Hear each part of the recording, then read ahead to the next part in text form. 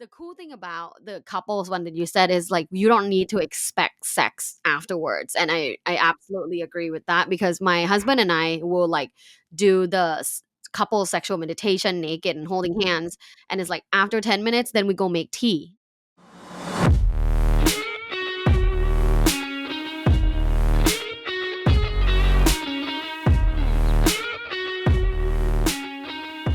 Welcome to Pleasure Science, a podcast dedicated to helping you feel healthier and empowered in your sexuality. And I am so excited to jump into this topic because I know it runs deep with every person listening. So today we're going to talk about sex through the lens of religion, spirituality, but also mindfulness, because I've personally experienced mindfulness being a heart opener and a mind opener to healing trauma and having just so much better sex. So I'm so excited because one of my favorite people is here today to talk about this, Dr. Tara. And I want to say your last name. I might say it wrong, but Suwin Yatai Chaiporn. So close. Yeah. Okay. How So do I close. pronounce it? Almost there, baby. Ooh. Suin Yati Chaiporn. Ooh, so beautiful. But a little bit about Dr. Tara today. Dr. Tara is a tenured professor of sexual communication. She's the creator of Love Bites. And honestly, if she isn't already one of your favorite sex positive influencers, she's about to be. Like, your content is so heartwarming and welcoming and educational. And one of the reasons I was like, I need to have this conversation on sex and spirituality with Dr. Tara is because I started watching your content where you would go to the temple Yeah. and you would talk about, like, this morning I masturbated, I did some mindfulness, and now I'm at the temple. And I just love your approach. You're so open, you're so kind, and you're so real. And I was like, you know what? If we're going to talk about sex and spirituality, it has to be with Dr. Tara. So Nadège, welcome. this intro is there's so much praise in this intro, and I have Oh, praise kink, so I yes, am baby. turned on by this Yes. intro. If I can do anything in this podcast, it's Like, should we that. get a room or what? But thank you so much. That's a very kind intro, and the affinity is definitely reciprocal because when Oh, we first met, I was drawn to you right away, and you have such beautiful energy, very open, very like unapologetic. I feel like we're kindred spirits, and we love yeah. talking about sex and spirituality, but also astrology. Yeah. Like, Oh, that's why yeah. you were on my podcast on sextrology, and really love that episode. So for those of Yep. you I listening, read after Dr. listening to Tara's this chart. episode, go listen to that episode of Nadesh, sharing all about sextrology, and yes, read my chart. That was really insightful. Well, I mean, it was so much fun. I love your podcast. Your podcast is amazing. Thank And so you. when we start off any episode with the Pleasure Science Pod, I always ask the same question because I always get the most incredible responses. So, Dr. Tara, what is your definition of sex? Sex is an emotional, spiritual, recreational, and relational experience shared by all participants involved in that encounter and whatever it Ooh. is. I love that, and I agree. I feel like every time I ask that question, I unlock a different level of understanding connection and intimacy, but also the abundance and expansiveness of it, right? And of sex. And Yeah. so as we, before even jumping into the sex and spirituality, you have such a fascinating way of coming up in this industry. How did you become a sex expert and a tenured professor who teaches people about sex? I mean, come on. That is the coolest sentence I could ever say. Oh my gosh, you're too kind. You know, long story short, I'm originally from Thailand. Then I moved to the US for graduate school. I did my master's and PhD in the US. Loved it. Love learning, love exploring, love being curious. My PhD was in human communication, but particularly in relational and sexual communication. So when I was about to finish my PhD, I was in the job market, and during that year, there were only a couple of jobs in the tenure track professor realm, and I landed quite a few of them actually. Yes, I you landed a did, few jobs. baby. Oh my god, I love it. And so I honestly picked where I thought I could like hang out with most of the other professors there because there were like, people in my generation. And then I also picked based on location. And I know I wanted to come back and live in SoCal. So I picked Cal State Fullerton and no regrets at all. I've been there 8 years. And um Wow. the reason why I think I had a lot of, I think, mass media and social media success is because of my professor background. I'm Yeah. already explaining things on a daily basis to my students, right? So Yeah. when I started social media, I thought, okay, how do I explain this but literally in 30 seconds? Because we have like 1 hour. Yep. But how do I change that and explain it in 30 seconds, and also inserting humor, inserting some educational Yeah. content and making it relatable. So I really thought about that quite thoroughly and then hire the right team. So it just blew up. The social media blew up. I have millions of followers, and then following that, the TV show Opportunity and all the things. Yeah. So I'm very grateful to be able to educate and normalize sex positivity every single day, as I'm sure you do too. It's a great job. Yeah, but that's so inspiring, and I also just feel like it speaks for itself, the level of work and expertise, and, for anyone listening, whether you're in our industry or not, like, there's abundance to be had in teaching about sex and educating about sex, and I also Gosh, think we don't so have much. enough. We don't have enough. Like, even though people like Dr. Tara are here or I'm here, there's so much more that needs to be healed and shared. Speaking of which, sex and religion, right? And spirituality. I feel like something that's so interesting about this topic is sex is so natural. It's how humans like come to be, right? Like, it's such an important and integral and basic part of the human experience. And then spirituality in the last several thousand years has tried to distance itself away from that and control that, and can almost see sex as this threat to spirituality. And so how has your experience been as someone who became a sex expert professionally but then is also a spiritual person? What was has that been like? Yeah, I think the majority of the work I had to do first was to learn to unshame the parts that I was ashamed about. Yeah. And that work, just to be really honest, real with you, that work had to be done with a therapist. Yeah. uh, because I wasn't really sure if there was anything wrong, because it wasn't like I grew up in a very very repressed family that like locked me in a room, and like I didn't grow in a cult, because there are people like that Right. grow I up in a know. cult and they like get punished for touching themselves, or Yeah. I didn't have that extreme of a religious experience, but definitely grew up in a very religious family. Like we go Yeah. to the temple, we went to the temple like 3 times a week growing up, like a very common occurrence.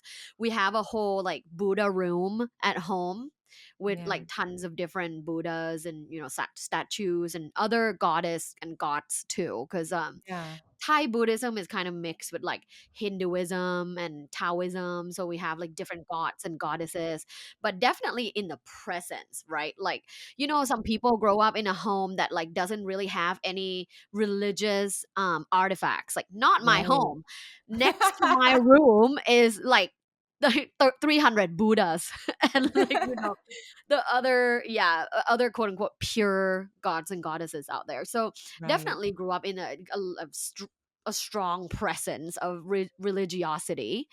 Um, but whenever you mention spirituality, so to me, I have like two separate journeys. One is unshaming myself from all the things that I thought were bad about me being a sexual woman that Yeah. were taught based on Buddhism, right? Like, when you go to like a Buddhist temple, you have to like cover your whole body, right? Because you don't want to, because your body is provocative. Right. And and you should be respectful by covering. You have to cover your arms, your legs. Any of you that are listening that have been to Thailand, you will remember or recognize, like when you wanted to go into a temple, they ask you to like wear long skirts. Yeah. um so I think these memories, little memories about like my body and how I was treated as a woman, like, you can't even like give offerings to monks, Buddhist monks, as a woman.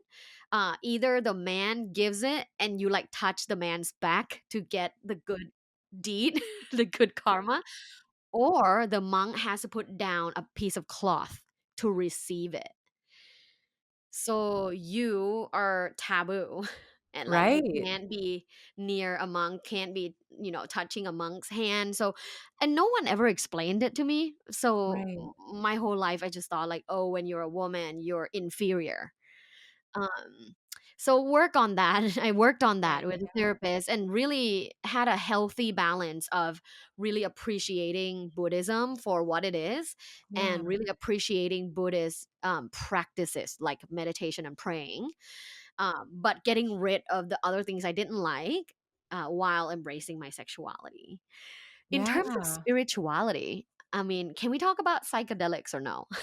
Oh, yeah, we can, girl. Yes, we can. This is the Pleasure Science Pod. Like, we all wanna learn. What's your view on psychedelics?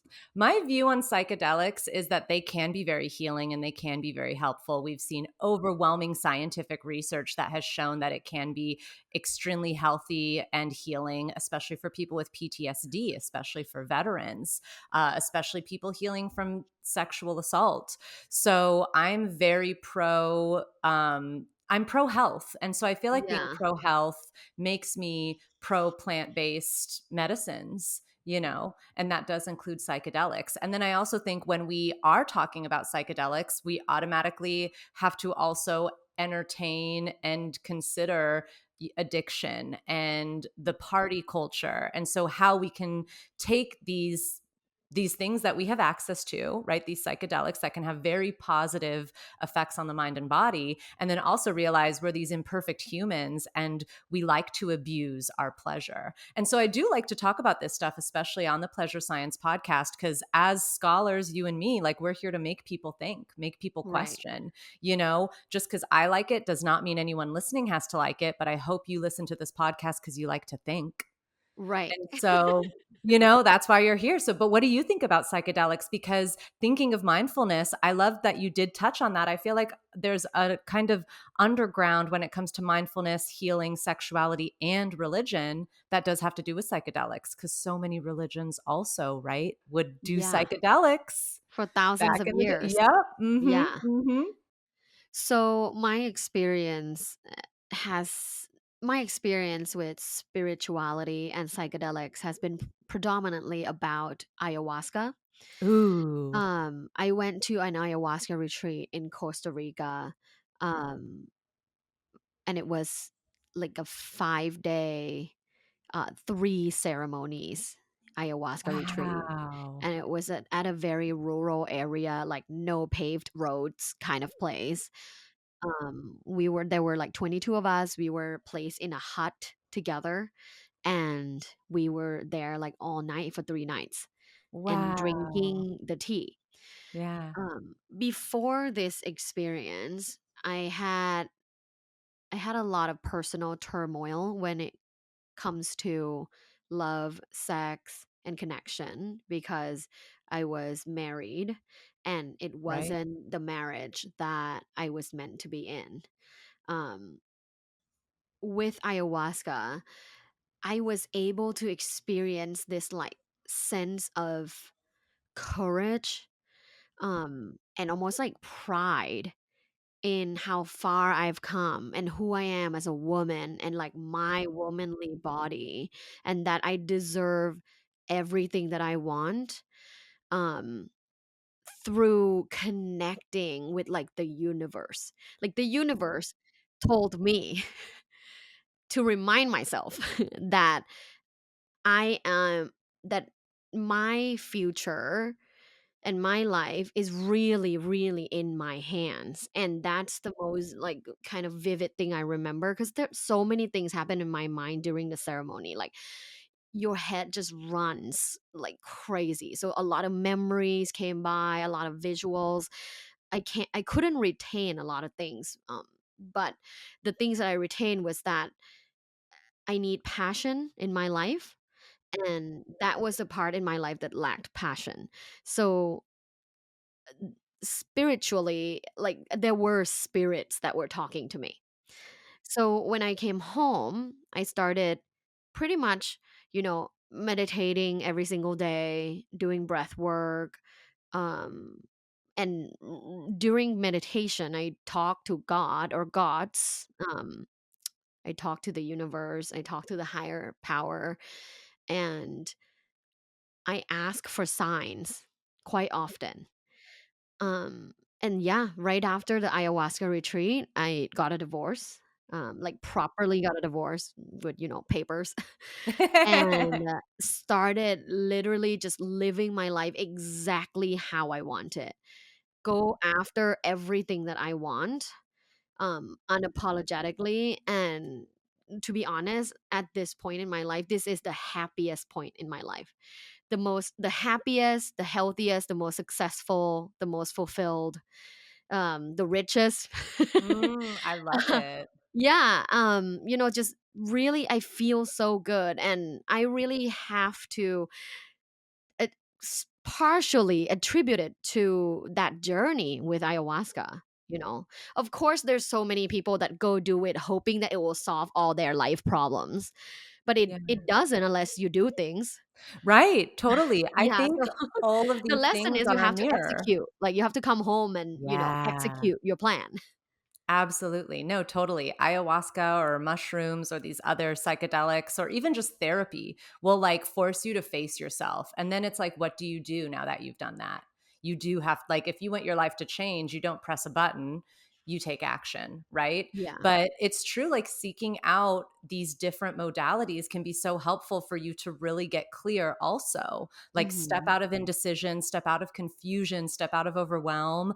When I did mushrooms for the first time, I did a guided journey with a shaman. It was so incredible. I And bet. it was, and like you, I can't put it into words. My mind was doing and seeing so many things. But when I came out of the experience, I felt so much lighter. I felt a lot more grounded and a lot clearer on just certain things that mattered in life and that didn't matter in life. And it made me take very intentional actions and steps forward. And so I haven't done ayahuasca yet, but I am going to. I'm actually, one of my colleagues also just became a shaman. And Ooh. so he's been studying for the last 3 years and was just down in Peru, and he's come back now. And so I'm like, okay, I feel like I'm ready. And I love that he just graduated. So I'll keep you Yeah. updated on my experience because I'm excited. I love, I think, and this is what's so fascinating, I think, about both of our journeys, because I also like went to UC Berkeley, studied sex, made this business, focused with the science, science, science. But when I started really experimenting with things outside of the status quo, but that were deeper into the spiritual realm or woo woo or whatever you want to call it, I had such big breakthroughs. And in fact, it made a lot of the things that I learned scientifically make more sense. It was almost like I could now read between the lines and be like, okay, this is a theory someone created and they were onto something, but now I can see deeper levels. It's just amazing. It really is. And so I love that that's been a part of your spiritual journey with, like, Yeah. coming into who you are now. And so when you look at your relationship to religion now, how do you see, because you still, go to temple and you still do these Mhm. things, which I also love, because you could be a slutty bad bitch and a Yeah. religious bad bitch. You could do it all. But how is your relationship to spirituality now that you've just done and experienced so much for yourself? Yeah, I basically, show my titties at night, cover my titties in the morning to go to the temple. Um, have you been to the Thai temple in LA? No, we should go. I would love to Yeah, it's go. It's in North Hollywood, so it's not far from you. Oh, nice. Yeah. Okay, let's Yeah, I definitely should go take together. you, but you have to cover yourself, okay? Oh, Can't that's see fi your I've slutty been I clothes. lived in Thailand, so I remember. That's I right. actually, like, kept making the mistake when I first moved of having my feet facing the Buddha at the Oh, temple, right. and then pe luckily, I was there with people who knew me, so they could be like, "Stop doing that. Right. Don't Yeah, put yeah, your yeah. bare feet facing the Buddha," and I was like, "Oh my gosh."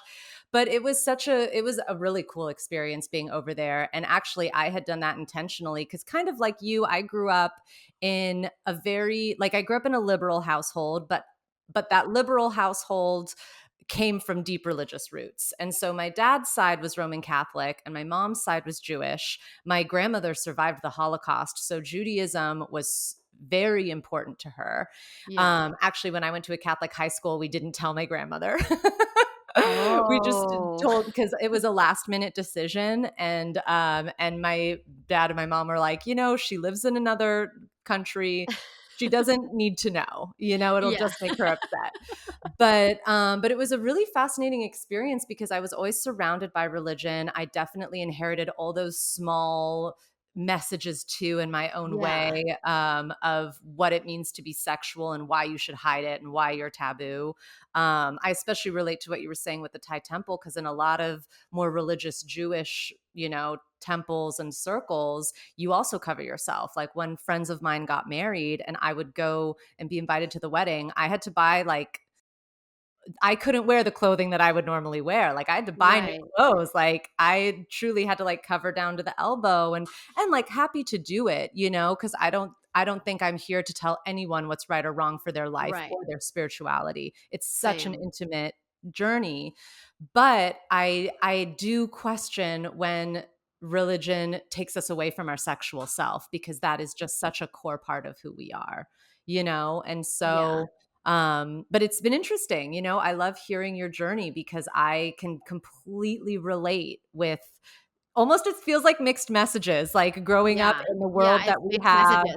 having the internet, being like, okay, wait, it's Right. super cool to like dress like a hooker, but it's also like you have to be a certain way to get married and to be respectable, and Right. all of these contrasting Yeah, I mean, things. we grew up in like the Britney Spears era, Yeah. right? So revealing clothing, being very sexual, like literally one of her songs is "I'm a slave for you." Yeah. Like, when I was a kid, I didn't know what slave means, but now I No. do. Yeah, yeah, yeah, yeah, totally. I heard all of those messages from mass media, right? And then you hear messages at home, and then you hear messages from like your religion. So it's quite confusing. But correct me if I'm wrong. In like Orthodox Jewish, it's Yeah, even more intense, right? With yeah, covering for women and wearing a wig and like, yeah, yeah, totally. and No, like it not is. sleeping in the same bed as your husband when you're on period because you're dirty. Yes, that's also true, which is such a fascinating thing, because I do think that sometimes in long-term relationships, sleeping in different beds or not being like on top of each other all the time is a good thing.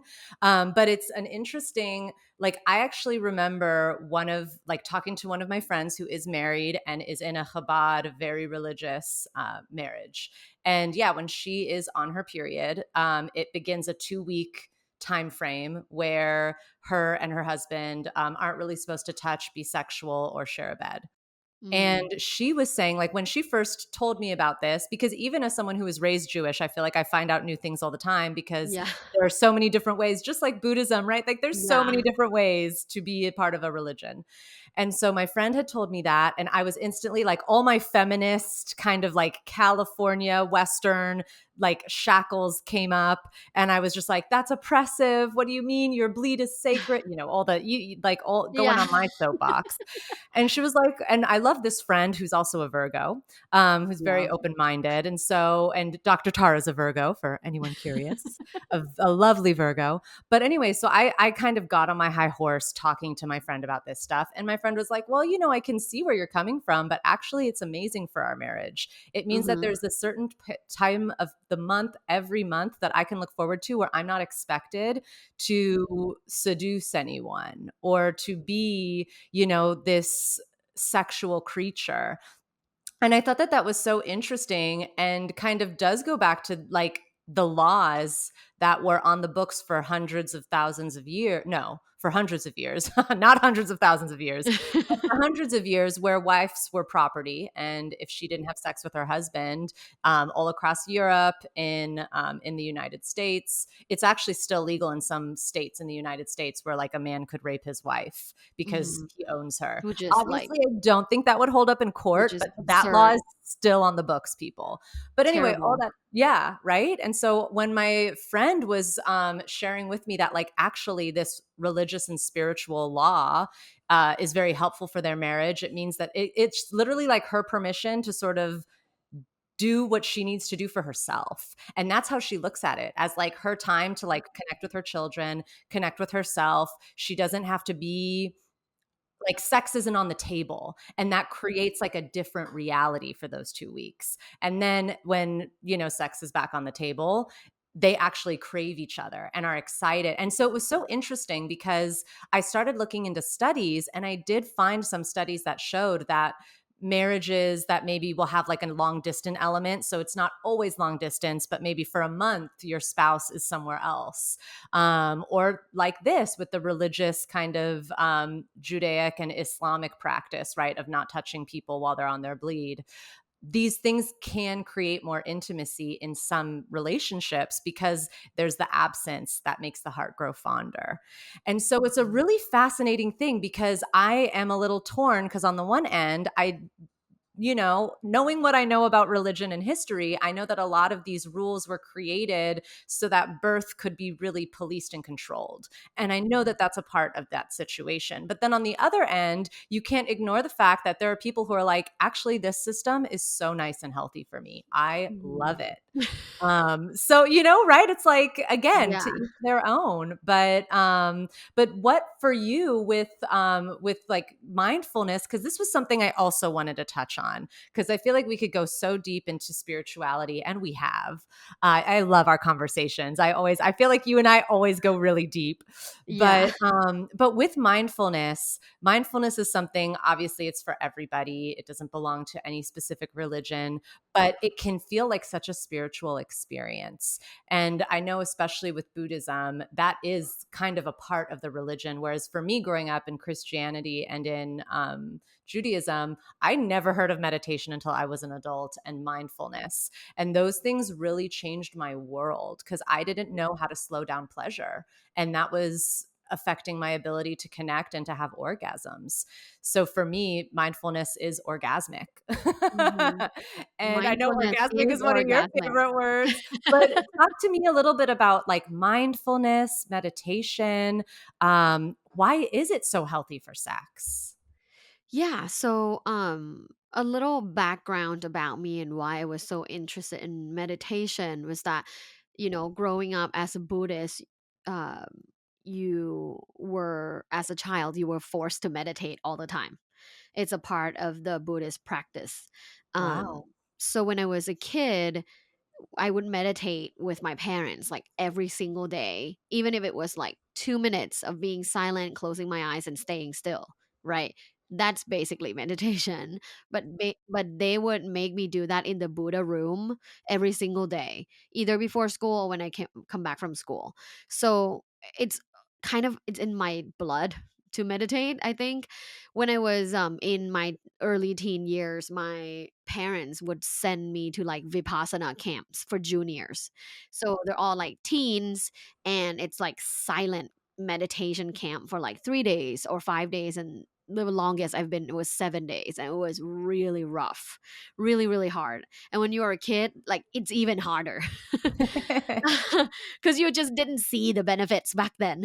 Who knew like I would have, multiple orgasms due to this when you're 12? You didn't know. You know, when I was 12, all I wanted was like watching Sailor Moon and eating chocolate. and, Amen. Yes. and Which that was your wasn't sailor, permitted. actually, by the way? Which was your sailor of the five? Oh, Venus, Oh, I could see that for you. the Totally. I orange loved one. Mars. Yeah. Ooh, cute. So Yeah. yeah, like I was, I wanted to watch TV, eat snacks, and stay home, not like go to this silent meditation camp with strangers. And like they didn't allow any technology.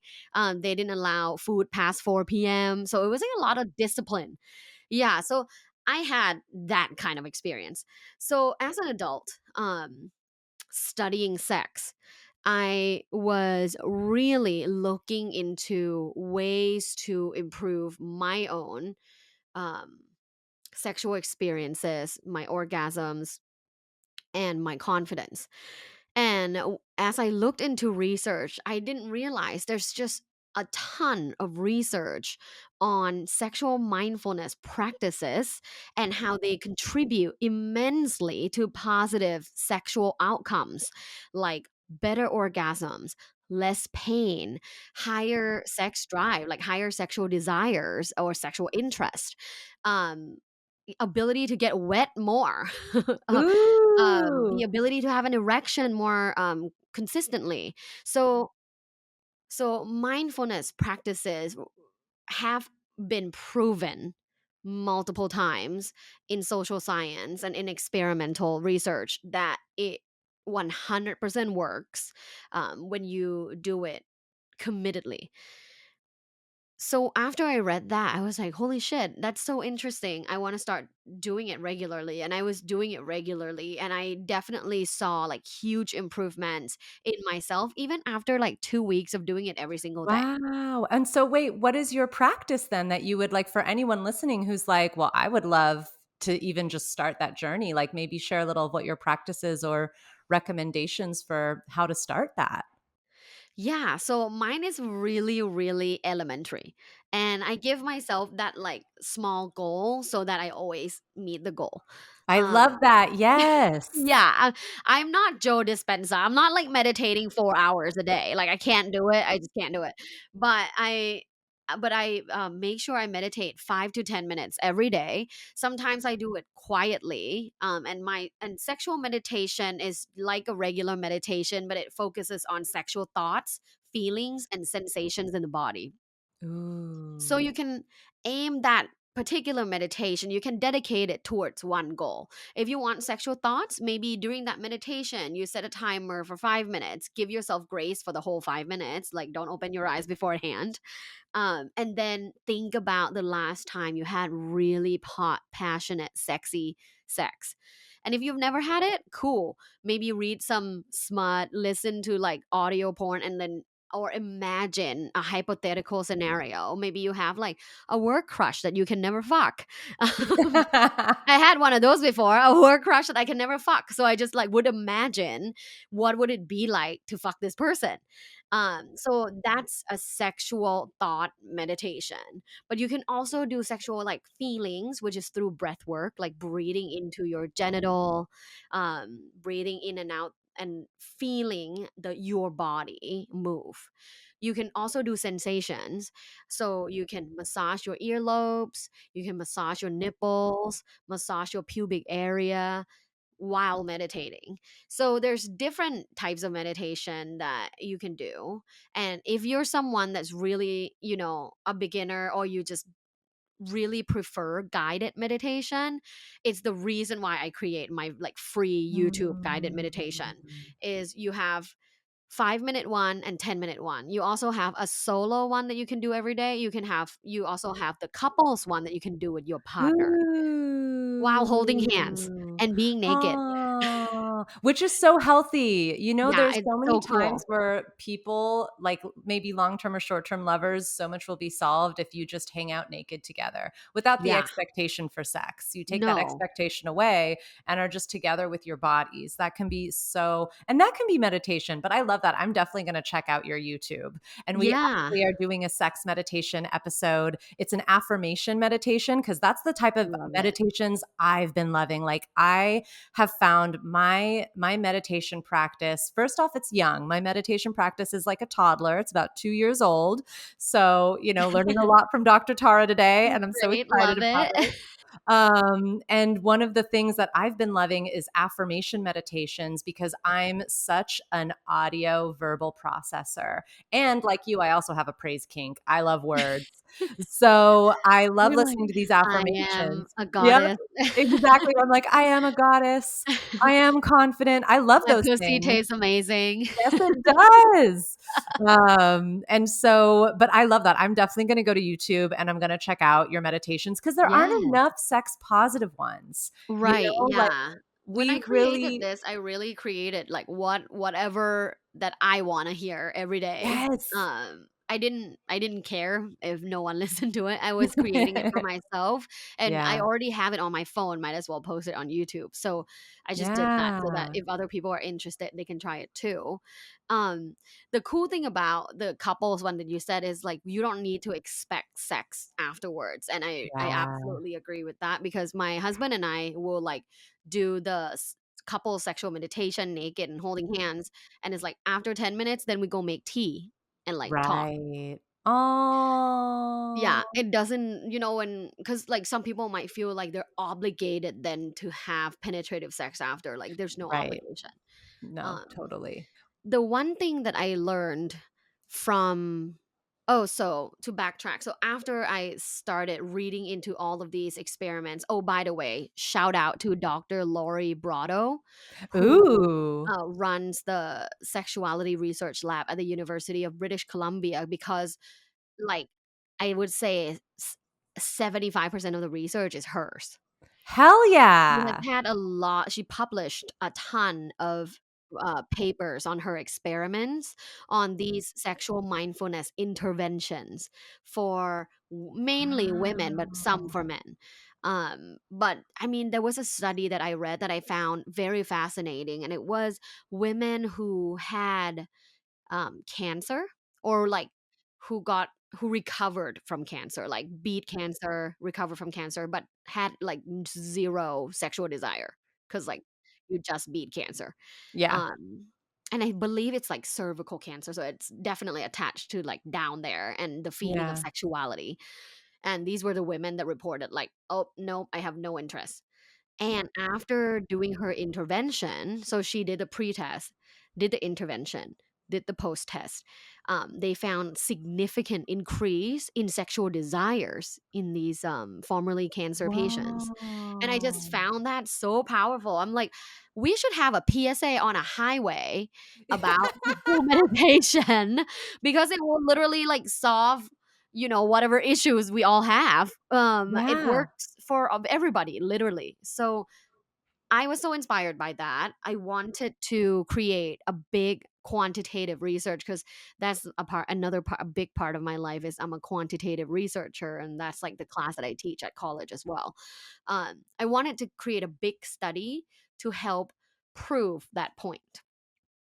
So I started on a 2-year journey of data collection from people who are in long term relationships and looking at variables that would predict long term sexual satisfaction. And I found three main variables.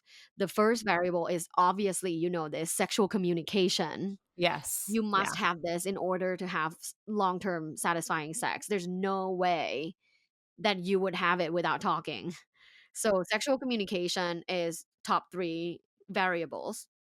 The second one is sexual self-esteem slash confidence, because self-esteem is internal, confidence is external. So self-esteem and confidence. And then the third one is one of the biggest variables is sexual mindfulness. Yeah, and this Wow. is based on 5,000 people. So N equals Wow. 5,000. It took me forever to collect data, but I'm really proud of it. I like did the TEDx speech about it because Yeah. 5,000 people is no joke. This is Yeah. big data, right? Like I'm trying to show you that it really matters, and I'm not just surveying like 50 people. Yeah. So it's really cool. Yeah, it's really cool to help confirm what I already believe in. Like sexual mindfulness is extremely important. Yeah. And yeah, a Absolutely. huge part of spirituality, a huge part of some people's religiosity depends. Because some Yep. people say they're quote unquote religious, but they really don't have any spirituality. Yeah. Like two things are separate to me sometimes. Like I some agree. people Yeah. are religious and spiritual. Like I can see that they really experience that part of their religion. But some people just Yeah. say they are something, right? Like they say they're Christian, but then they do all the things that you're not quote unquote supposed to do, like, Yep. hate on gays or trans Yep. rights, or they say they're Muslim, or they say they're whatever, right? Yep. Just because you belong to a religion doesn't mean you have a spiritual kind heart. Yeah. No, I have felt that. Like I felt that when I came out as queer, and uh friends who I thought were cool were not cool with me anymore, and different things. And but it Really? also, Was it like which side, the Catholic side or the Jewish side? there were people from both. Yeah. And there were just different people. And it's interesting because I came out at different times in my life because I look so feminine and have always looked so feminine. So there was a time in high school where I was falling in love with my best friend, and it was very obvious. A lot of people knew. And so then rumors started to be spread, and I am unapologetic. You're definitely I've always been that way, for better or for worse. And so I wouldn't let it phase me. But then, I mean, on the outside, I was hurt on the inside. But then I would notice that there were some people who were not friendly with me anymore. And like I could taste the subtlety of their rejection, like they may not have been in my face about it, and they may not have been overtly hateful, but I was just like, wow, like a few days ago, you treated me differently. And the only Yeah. thing that's changed is that you I know this little mean, piece of information.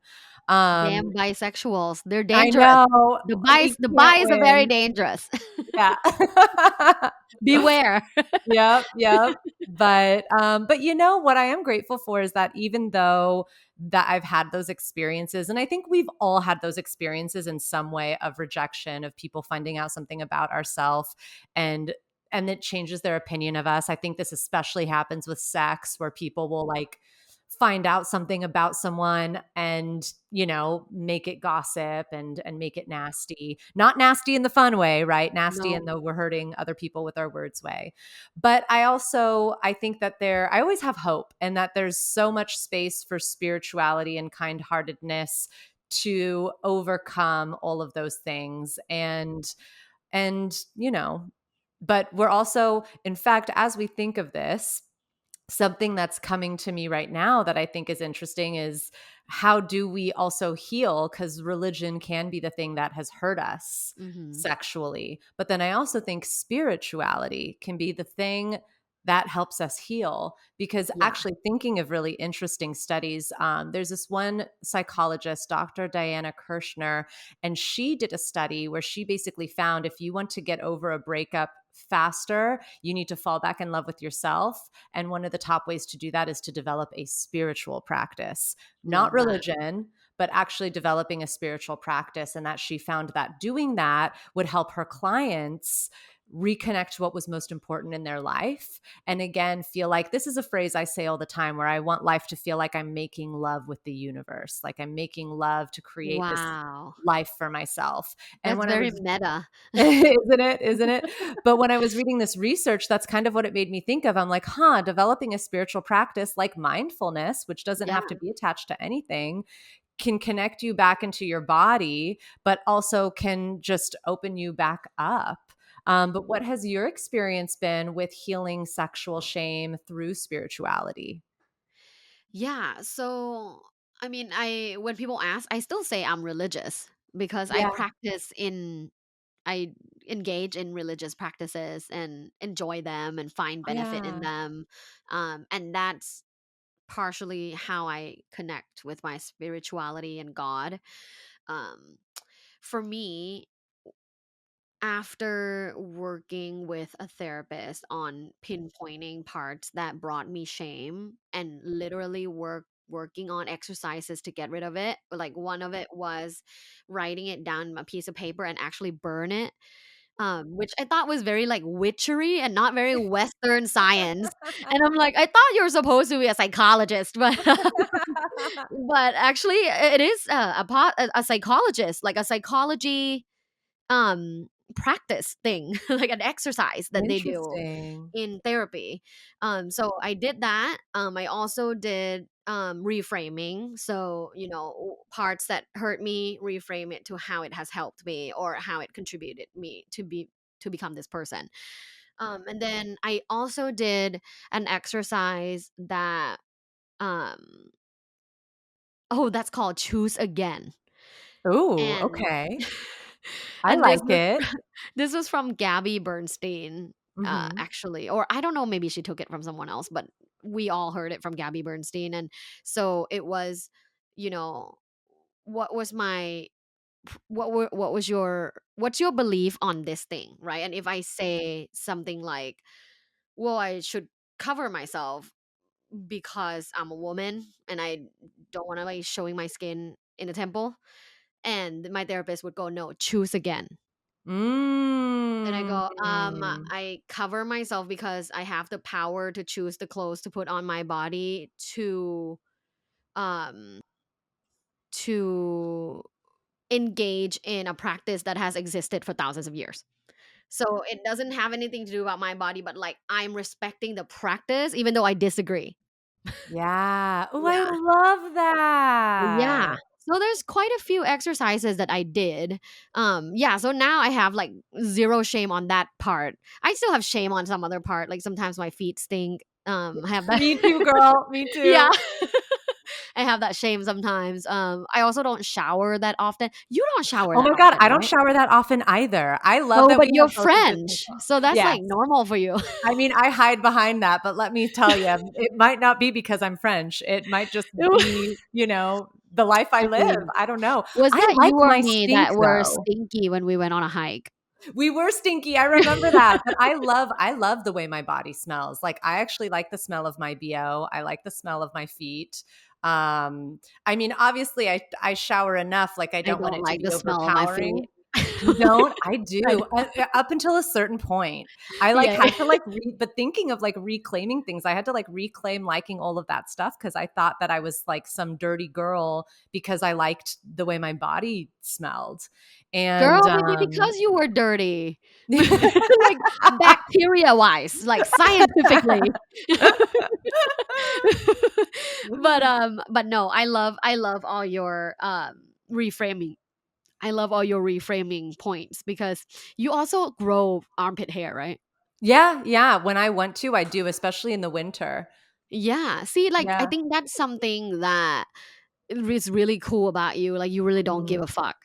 No, actually, one time I was invited to a very upscale sex party at a mansion in the Hollywood Hills, and this was like a private home, very like fancy people. And I hadn't shaved. I hadn't shaved my legs or my arms, and I was working that day. And then it just got a little late. I knew I wanted to go to the party, and I was like, I am going to be the hairiest girl there because like this is this. I know the crowd, and these are very polished, Yeah, sexy people. But I was like, well, fuck it. And so I came like my hairy ass self and had a wonderful time. I love that. But I can't, but it like can, like, but then you do have to, again, that self confidence, self esteem thing that we were talking about when I walked in and then like people are naked and stuff, so I was getting naked and people are seeing, I could feel people see my body hair before they saw me. Yeah, And most of the people who actually, and this was, I'd say, a predominantly like what I like to call like hetero flexible bunch. So it was definitely more people who were there to hook up with the opposite sex, but like if two guys got blowjobs from each other, like that's also cool, type of mhm, thing. But when I walked in, I could notice that it was predominantly the girls who kind of stared at me, and I think it's because they were having to face the construct that in order to be beautiful, you're hairless. And yeah, then in walks, and I think I'm beautiful. So in walks a beautiful, blonde with great tits who has a lot of body hair.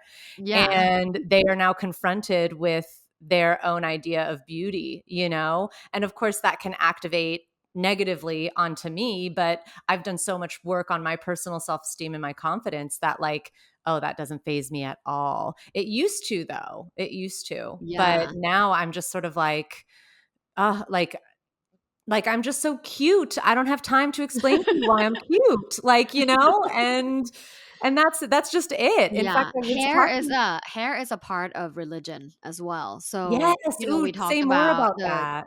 we talked about the Jewish Orthodox, right? But in Right. Buddhism, like monks, when you ordain as a Buddhist monk, you shave your hair, Right. you shave your head, and then you shave your eyebrows as well. And as Mm. women, if you want to become Buddhist nuns, like, Mm. equivalent, it's not really equivalent, but equivalent to like a Buddhist monk, you also shave your head. You have to let Wow. go of all of that. So to me, like, hair has such intertwined relationship with religion. Because, well, Catholic nuns, they also cover their hair, with that Yeah, like that's headpiece. How do you call true. it? A And headpiece? yeah, well, I don't know what the A hat? nun's headpiece would be, but the hijab What do you call also it? in Islam, right? Right. Like Yeah. you're so right Hair and about that. religion. Yeah, it's Yeah. a thing. Um, but, anyways, you had like armpit hair, and I was just like, "Oh, that's so cool. I wish I could grow it." But because of my, um because of me being succumbed to social constructs since I was like 21, I lasered my whole body and went through so much pain, um with 12 sessions. Went through so much Wow. pain in order to like live that socially constructed life. Yeah. And now I have zero hair anywhere on my body, like body hair. I have head Yeah. hair, but Yeah, no, you have a beautiful head yeah. of hair. No, thank you. No body hair anywhere, but I kind of wish that I had, so that I had the option to like grow it in the winter and have like a little cute Right. bush, and you know Yeah. but I deprived myself of that opportunity anymore in the future. So there's that. I mean, you know what though? I also just like I feel this way about like my tattoos where it's like I some of the tattoos that I got when I was younger and some of them are very deep, and have very deep meaning and then some of them don't. Just that they don't. Like, what Like is this is it? a Is it like a lifetime penis? decision. Oh, I wish. I wish it was that iconic. Which one is like But not which one is not which one like was not meaningful? I mean, they're all meaningful, but there were some that I didn't really think about. I just kind of did it. Like, is it a And star, or no, what no. Well, I shape is don't it? wanna say, but I'll tell you next Okay, time we hang out. okay. But I do love all my tattoos, but I relate with what you're saying in the sense of, like, I was young and I did a thing, and now I'm older, and I'm like, I don't know if I would have made that same choice Right, at yeah. Nadège now, but then I also I don't wanna take away the Nadège that I was then, and, like, Right. it's just and thinking of those We're things, I mean, here this is for a reason, right? yeah, Like, we're here for a reason. We needed all of those things to happen, yeah, to be here, to be yeah. like this. So, it's accepting and moving forward. Yeah, Yeah, absolutely. and very much with sexuality, spirituality, and religiosity, it's it's accepting and then choosing the things that work for you and then moving forward. I know that a lot of people are feeling stuck in blaming, like, "Oh, I'm like this. I have all this shame because of how I grew up, because of my religion." Um I promise you there is a way to overcome it, because there's lots of people that have overcame it working with therapists, psychologists, or even self-healing. There's a lot of books out there that, can help you self-heal. You just have to believe that you can. Total 100%. And I love that note. I think that is the perfect sentiment to end because it does start with belief. And I think that's the tether between spirituality, religion, and a damn good time in bed. Yes. So, Tara, I know you're always doing incredible things. Do you have anything coming up that you want to share with our listeners? 100%. I am so excited because we just launched Love by Dr. Tara, and it's a sexual and relational wellness brand. And our first product is the intimate oil called Everybody Ooh, Oil, and it's really ooh. yummy. It's coconut oil, organic coconut oil based, with a lot of yummy other things. My business partners work in Korean skincare, so we Oh, treat it you like, know it's good then. yeah, we treat it like skincare for down there. And Ooh. it feels amazing. I've been using it for months and months, and I'm just like, I'm my own biggest fan for this product. And Ooh. the most loyal consumer, because I use a lot of lube because I love lube, and I use it for, I use it for clitoral play. I use it to like give my husband a hand job and a blow job because it's edible, girl. This Yay! is edible lube. So I'm just like loving it. And yeah, I want more people to experience the joy and passion and pleasure that I experience with love. Yeah. Ooh, oh my God, I can't wait to try that. Like, I love everything that you come out with, and I know I'm going to love the love oil. Yay. Well, that is it for this week's episode. Thank you so much for tuning into Pleasure Science. And make sure to join us next week because we're going to dive into monogamy and how monogamy was created. Because people, monogamy is actually not natural. Doesn't mean it's not lovely, but we're going to dive into the really saucy history of that next week. In the meantime, you can follow me on Instagram and TikTok at Pleasure Science. Please remember to subscribe and help us spread the word about this podcast because that doesn't just help us, but it helps you. When big companies and consumer based capitalism, frankly, realizes that people really want to learn about this knowledge and have more sex positivity in their life, it makes a huge difference. So please rate, subscribe, and share our podcast or Dr. Tara's, shout out to you Woo! too, girl. You can also watch our episodes on the Pleasure Science YouTube, which I think you should because then you'll get to really see how amazing Tara is, connect with her energy, connect with my energy. And like we mentioned on this episode, we both have really good hair. Yeah. And of course, you could go to pleasurescience.com and get 10% off of all of our courses using the code PleasureSciencePod. Thank you so much for listening. And before we leave today, just a friendly reminder to go and do something that helps you experience pleasure in the next 24 hours. Okay. Put on some makeup, take a bath, groom yourself, use the love oil for some masturbation. Ooh. We'll see you next week. Bye. This podcast is a Pleasure Science production, hosted by me, Nadège, your resident sex scholar. The Pleasure Science podcast is produced by Laura Moore and edited by Camille Furman-Callot. Our music is by Octasound and is licensed under the Pixabay Content License. To find out more about Pleasure Science and to sign up for our online courses, please visit www.pleasurescience.com.